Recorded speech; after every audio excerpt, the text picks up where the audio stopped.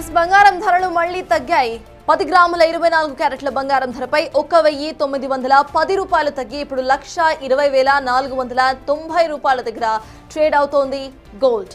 అలాగే 10 గ్రాముల 22 carat gold ధరపై 1,750 రూపాయలు తగ్గి 1,10,450 పలుకుతోంది. ఇక 10 గ్రాముల 18 క్యారెట్ల బంగారం ధరపై 1,430 రూపాయలు తగ్గి 91,800గా నమోదైంది.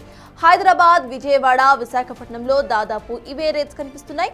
అటు వెండి ధరపై 1000 రూపాయలు తగ్గి 1,65,000గా వెండి కనిపిస్తోంది.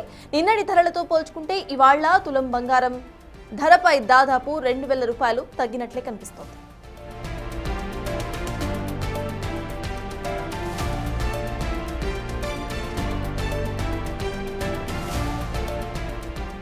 బంగారం ధరలు తగ్గడానికి కారణం అమెరికా ఫెడరల్ రిజర్వ్ కీలక వడ్డీ రేట్లను తగ్గించడమే. భారతీయ మల్టీ కమోడిటీ ఎక్స్చేంజెస్ లో భాగంగా బంగారం, వెండి ధరలు ఒకసారిగా పడిపోయాయి. ప్రపంచ మార్కెట్స్ లో డాలర్ బలపడడం, పెట్టుబడిదారులు బంగారంపై లాభాల స్వీకరణకు మొగ్గు చూపించడం దీనికి ప్రధాన కారణంగా కనిపిస్తోంది.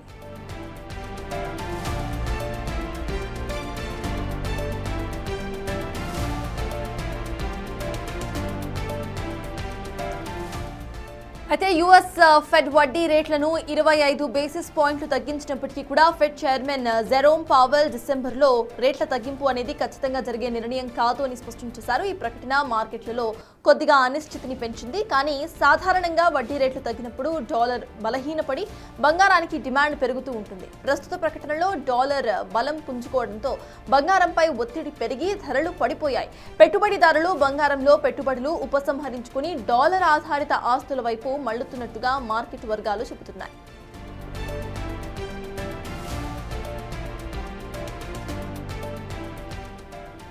కేవలం 10 రోజుల వ్యవధిలోనే పసిడి ధరలు దాదాపు 10% మేర తగ్గిపోయాయి. ధన త్రయోదశి సందర్భంలో 1,30,000 మార్కును తాకిన బంగారం ప్రస్తుతం 1,20,000కు పడిపోయింది. అయితే మదుపరులు లాభాల స్వీకరణకు మొగ్గు చూపించడం, ధరల్లో సహజ సవరణ జరగడం, అలాగే అమెరికా, చైనా మధ్య వాణిజ్య ఒప్పందం కుదిరే అవకాశాలు మెరుగుపడటం వంటి అంశాలు బంగారం, వెండి ధరలు పెరుగుదలపై ప్రభావం చూపిస్తున్నాయని విశ్లేషకులు చెబుతున్నారు. మార్కెట్ వర్గాల అంచనాల ప్రకారం రాబోయే రోజుల్లో ధరలు మరో 5 నుంచి 10% వరకు పడిపోవచ్చని భావిస్తున్నారు.